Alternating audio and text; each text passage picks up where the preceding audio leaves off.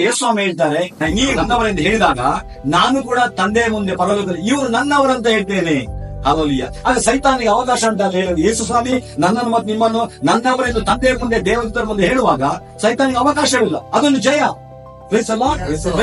ಅವರು ತನ್ನ ಸಾಕ್ಷಿಯ ನಿಮಿತ್ತ, ತನ್ನ ಮಾತಿನ ನಿಮಿತ್ತ ಅವರು ಜಯ ಹೊಂದಿದ್ದಾರೆ. ಯಾಕಂದ್ರೆ ಯೇಸುವನ್ನು ಯಾರು ಕರ್ತನು ಒಡೆಯನೆಂಬುದಾಗಿ ಅಂಗೀಕಾರ ಮಾಡಿರ್ತಾರೆ ಅವರೇ ಜಯವನ್ನು ನೋಡಿದವರು. ಹಾಲೆಲೂಯಾ.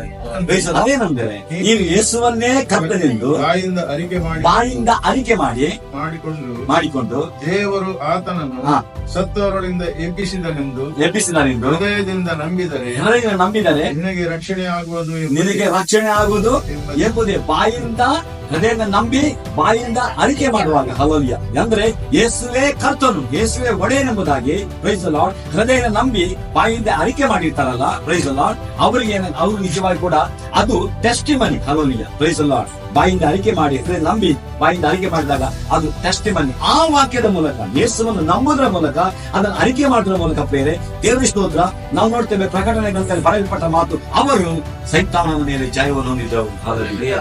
ಇವತ್ತು ನಾನು ಮತ್ತು ನೀವು ಸೈತಾನನ ಮುಂದೆ ನಮ್ಮ ಮುಂದೆ ಏನೂ ಇಲ್ಲ, ನಾವು ಅವನ ಮೇಲೆ ಕಂಪ್ಲೀಟ್ಲಿ ಜಯ ಹೊಂದಿದ್ದವು. ಯಾಕಂದ್ರೆ ರಕ್ತದ ಮೂಲಕ ನಾವು ಯೇಸು ಕರ್ತನು ಒಡೆಯನೆಂಬುದಾಗಿ ನಂಬಿದರ ಮೂಲಕ ಪ್ರೈಸ್ ದಿ ಲಾರ್ಡ್ ಈ ಅರಿಕೆ, ಈ ನಂಬಿಕೆ, ಈ ಮಾತು ನಿಜವಾಗಿ ಕೂಡ ನಮಗೆ ಸೈತಾನನ ಮೇಲೆ ಜಯವನ್ನು ಕೊಟ್ಟಿದೆ.